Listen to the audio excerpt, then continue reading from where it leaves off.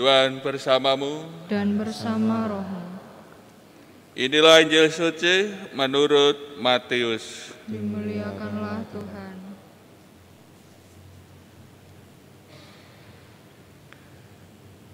Pada suatu hari datanglah orang-orang Farisi kepada Yesus untuk mencobai Dia.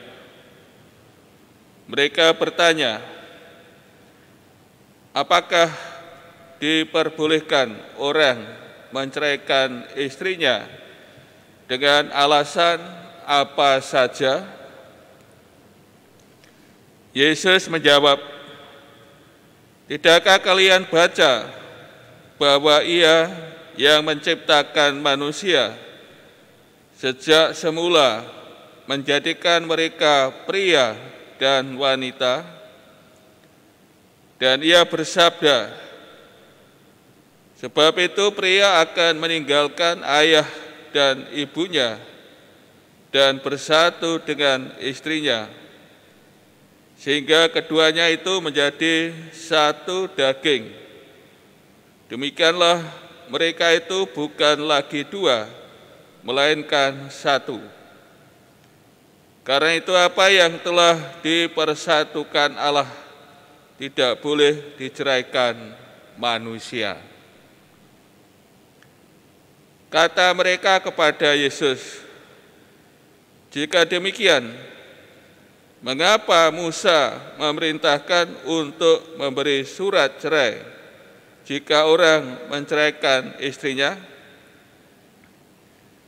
Kata Yesus kepada mereka, Musa mengizinkan kalian menceraikan istrinya, tetapi sejak semula tidak demikian. Tapi aku berkata kepadamu, barang siapa menceraikan istrinya kecuali karena zina, lalu kawin dengan wanita lain, ia berbuat zina. Maka murid-murid berkata kepada Yesus, jika demikian halnya, hubungan antara suami dan istri lebih baik jangan kawin. Akan tapi Yesus berkata kepada mereka, tidak semua orang dapat mengerti perkataan ini, hanya mereka yang dikaruniai saja. Ada orang yang tidak dapat kawin karena ia memang lahir demikian dari rahim ibunya. Dan ada orang yang dijadikan demikian oleh orang lain. Dan ada orang yang membuat dirinya demikian karena kemauannya sendiri demi kerajaan surga.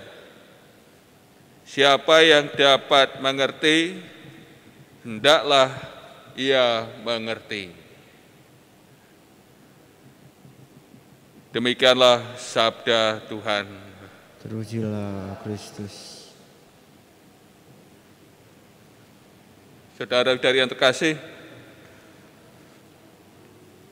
dalam perjalanan Tuhan Yesus ke Yudea, yang ibu kotanya Yerusalem, melewati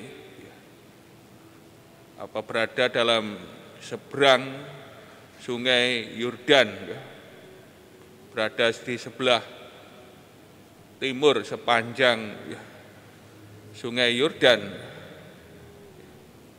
Sebagaimana hal ini juga perjalanan yang dilalui oleh orang-orang Yahudi dari Galilea yang mau berziarah ke Yerusalem,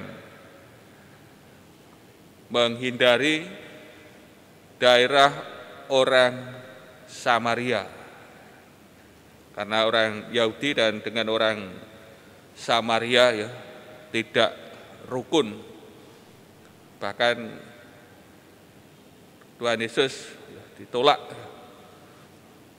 ketika mau melewati desa orang-orang Samaria, karena mengerti tujuan perjalanan Yesus ke Yerusalem. Dalam perjalanan ke Yerusalem ini, Tuhan Yesus berjumpa lagi dengan orang-orang Farisi, dan mereka mencobai Yesus, yang menjadi bahan untuk mencobai Yesus tentang perkawinan. Apakah diperbolehkan orang menceraikan istrinya dengan alasan apa saja? Dalam abad pertama di Yerusalem sana ada dua mazhab atau dua sekolah rabi. Pertama, aliran yang konservatif mengizinkan perceraian hanya dalam kasus seksualitas. Namun aliran yang satunya ini lebih longgar. Bisa seorang suami menceraikan istrinya dengan alasan apa saja. Istrinya menghidangkan masakan yang basi kepada suaminya, bisa menjadi alasan untuk menceraikan istri. Ini alasan yang sangat longgar, apa saja. Saudara yang kasih, tentu Tuhan Yesus tidak masuk dalam perdebatan dua aliran yang ada pada waktu itu untuk menjawab pertanyaan orang-orang Farisi ini. Tuhan Yesus mengutip kitab Kejadian bab 1 ayat 27 dan bab 2 ayat 24. Ditegaskan, sejak karya penciptaan, Allah mempunyai rencana, mempunyai maksud bahwa laki-laki dan perempuan akan bersatu. Ini sebagai kehendak Allah, maksud Allah sejak karya penciptaan. Dan Tuhan Yesus menegaskan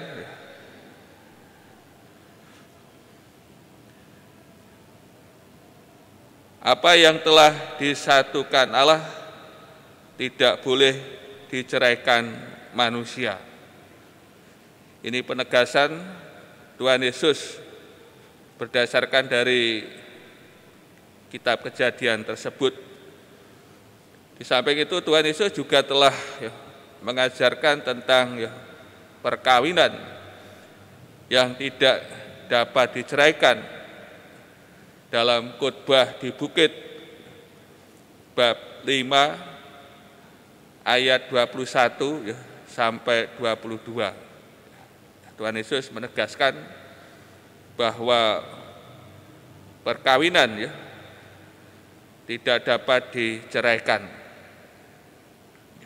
Dan kita melihat, sudah dikasih, orang-orang Farisi mengutip kitab Ulangan bab 1 sampai 4 mengenai Musa mengizinkan mereka yang menceraikan istrinya harus memberi surat cerai. Tujuannya supaya istrinya yang telah diceraikan ini bisa menjadi orang bebas, merdeka, dan tentu bisa nikah lagi. Kalau tidak ada surat cerai, istri yang diceraikan tetap akan terikat oleh suaminya ya, yang telah ya menceraikan. Dan tentu kalau istri ini berbuat zina ya, hukumannya adalah ya hukuman mati. Maka dengan ya, Musa memberi kelonggaran ini ya, tujuannya supaya istri yang diceraikan oleh suaminya bisa menjadi orang merdeka. Ini kelonggaran yang diberikan Musa. Namun sebenarnya ya tidak demikian sesuai maksud Allah. Sebagaimana ditegaskan oleh Tuhan Yesus, ya, Musa mengizinkan kalian menceraikan istrimu, tetapi sejak semula ya tidaklah demikian. Hal ini sebagaimana ya dikutip oleh Tuhan Yesus dari kitab Kejadian tersebut. Dan lebih karena ketegaran hati ya, umat Allah ya, bangsa pilihan Allah ya, Musa memberi kelonggaran ini ya karena ketegaran hati ya, orang-orang Israel yang sebenarnya ya tidak demikian sejak penciptaan yang dikehendaki oleh Allah. Saudara dikasih, melalui sabda Tuhan ini tentu kita diajak ya untuk senantiasa mengerti dan memahami ya apa yang dikehendaki Allah ya. Memahami rencana Allah ya, maksud Allah ya dalam hidup kita manusia ini. Terutama pada bagian ini adalah ya mengenai perkawinan yang tidak dapat diceraikan. Karena yang menjadi sumber, yang menjadi dasar, pondasi, menjadi kekuatan adalah ya kasih Allah yang kekal kepada manusia ya. Ini kasih Allah yang kekal ini yang menjadi dasar, menjadi pondasi dan juga menjadi sumber kekuatan bagi perkawinan. Perkawinan mendapat tempat berpijak yang kokoh ya, yaitu kasih Allah yang kekal ya, kepada umatnya, memiliki dasar yang kokoh. Maka tentu suami istri diajak ya untuk senantiasa ya menyadari ya, di mana mereka berpijak ya, berdasar dalam hidup sebagai suami istri ya, dalam hidup rumah tangga, yaitu kasih Allah yang kekal. Maka hendaknya juga ya, suami istri ya senantiasa ya menimba ya kekuatan dari Allah ya, kasihnya yang kekal. Ini yang harus menjadi ya kekuatan, dan tentu suami istri harus senantiasa ya menimba kekuatan rahmat dari kasih Allah yang kekal ini.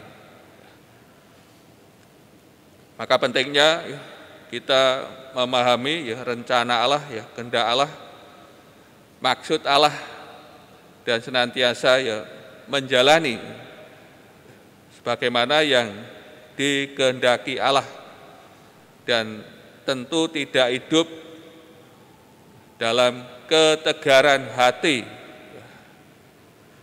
menolak kehendak Allah, rencana Allah. Tentu kalau manusia hidup dalam ketegaran hati tentu akan membinasakan ya manusia sendiri. Untuk itu Pak kasih, marilah kita senantiasa ya memahami kehendak Allah, rencana Allah, dan senantiasa ya menjalani, maka kita tentu akan senantiasa diberkati ya dalam hidup kita.